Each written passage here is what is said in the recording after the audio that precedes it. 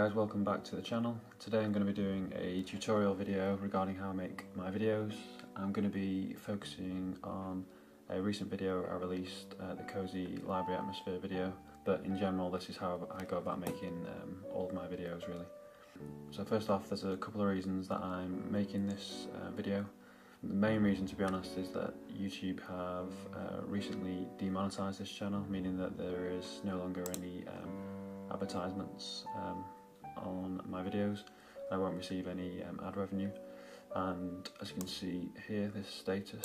So I got an email just the other day, and the reason they've given is reused content, which when I've looked into it is basically YouTube's way of saying they don't think that this channel is adding any significant value. They think that I'm just uploading repetitive content without really providing my own original spin on something.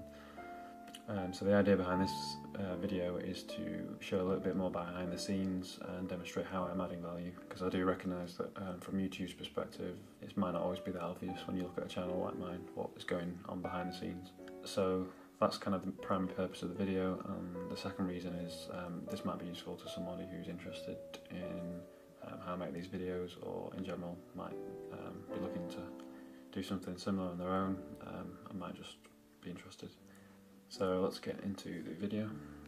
So the starting point behind all my videos is always the original footage I shoot out in nature, which makes up the window, the scene in the window you can see here, of the rustling leaves in quite a misty atmosphere. So I'll just show you the original raw footage that I shot. So this is the original raw footage I shot using my Canon 750D digital camera, which I invested in for this channel. As you can see, it was quite a misty early morning, and this is just at a local forest near me. So I quite like the misty sort of forest effect that it had and all the rustling leaves. And I thought it would look good in one of my videos with some editing in After Effects and Premiere Pro. So this is what it kind of looks like beforehand, and then post all the editing. So as you can see, I've transformed the original footage that I took into, I've added the rain effect on there, and I've also tweaked the brightness and the contrast to make it a little bit more darker to suit the ambience of the video. So I was pretty happy with the overall result of this. And also, to create the lightning effect, I also had to create 2 copies of this footage, and one of them had I used an effect to create fluctuating brightness to give the effect of lightning going off, and I'll show you later on how I incorporate that into the video. So far I've shown you sort of how the background window effect is created. I'm also going to go into how I've done the foreground turning pages, and also the background characters. So in terms of the foreground desk with the moving pages, this is the raw footage I shot for this. So as you can see, I used a green screen technique, and I basically filmed raw footage of the desk scene with the books and the turning pages and the coffee mug, and I had the green screen in the background.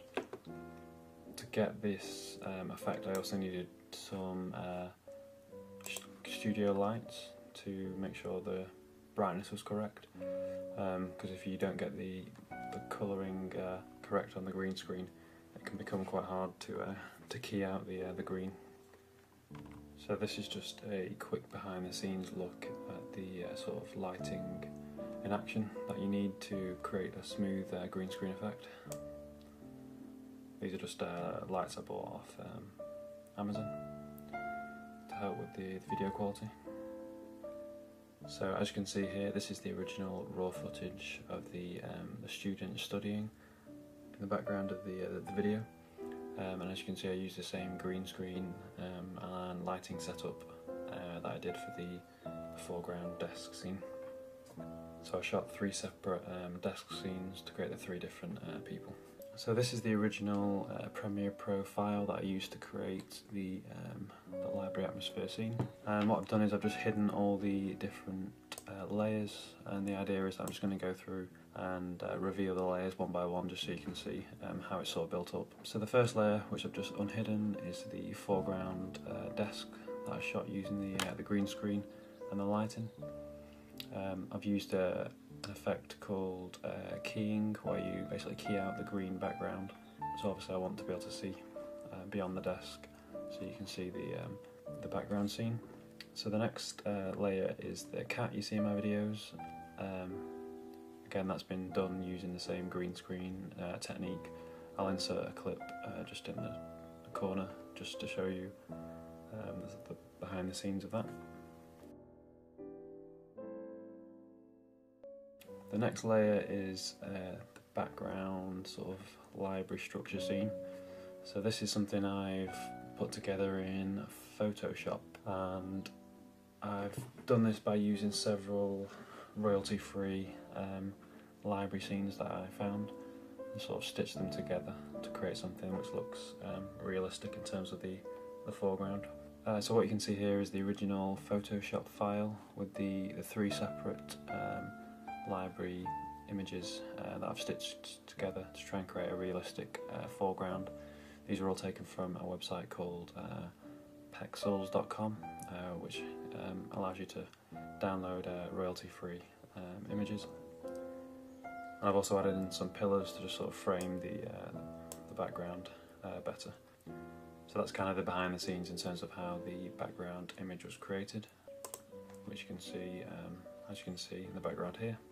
So the next layer to reveal is the three students studying.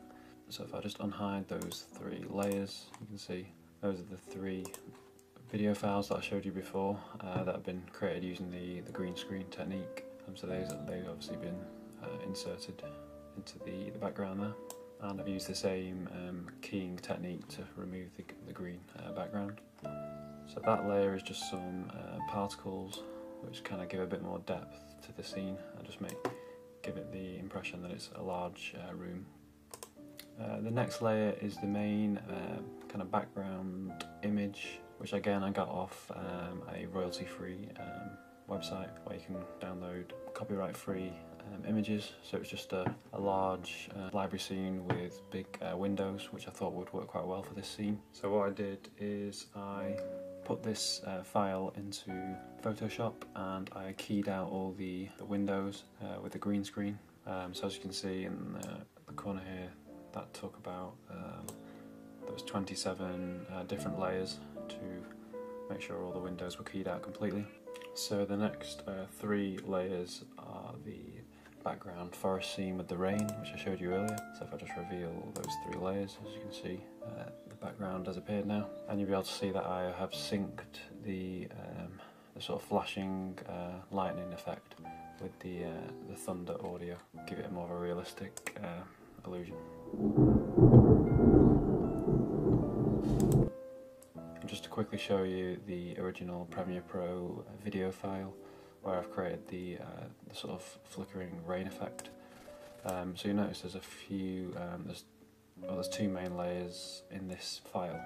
So the first layer is just the standard forest rain scene, and then the layer behind it is the exact same video file, but with a fluctuating brightness effect. So there's an effect in After Effects called wiggle, where you can basically make the black brightness fluctuate. So I've basically aligned the audio when the thunder is to create a gap in the original video file to show the same file but with flickering lightning behind it, which kind of gives you the illusion of the thunder and lightning illusion. So that's just a little bit of background on how that specific clip is created. So in terms of the audio for this video, I created a separate Premiere Pro file for this. So once I've done all the visuals, then that's when I start adding in all the audio. So obviously the main bulk of the audio is the thunder and lightning and the rain in this instance. So the main sort of technique I've used for the thunder and lightning is I've used an effect called low pass, which is basically a technique which removes higher frequencies of sounds and it gives a more muffled sound effect, which I think gives the impression that the sound is coming from outside rather than being inside the library, which is obviously would be unrealistic. So I think that just gives a more realistic impression of the sound, and also doesn't allow the audio to become to distract from the main ambience of the video. On top of that, as you can see, you can see these spikes in audio here. This is where I have added in the turning pages audio.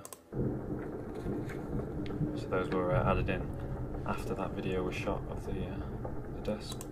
In addition, there's also a handful of standard sort of library sounds like keyboards, ruffling pages, people coughing, that sort of stuff. And in order to try and create a more realistic overall ambience, I've used some techniques which are available in Premiere Pro to basically pan the sound differently. So some of the sounds you might notice, you'll hear them from the left hand side, some of them you'll hear them from sort of the right hand side, and some of them might be in the centre. And it just gives a more realistic feel that you're actually in a real library, and there's kind of sounds in all different directions. And to also help with that, I've also used some studio reverb as well. And that is the end of the video. So I hope that was useful in terms of giving you an idea of what goes into creating these videos and just a bit of behind the scenes for this specific video. If you have the time and you would like to support this channel, I'd be grateful if you just go to the description box of this video, and if you have time, I'd be grateful if you could tweet at Team YouTube and just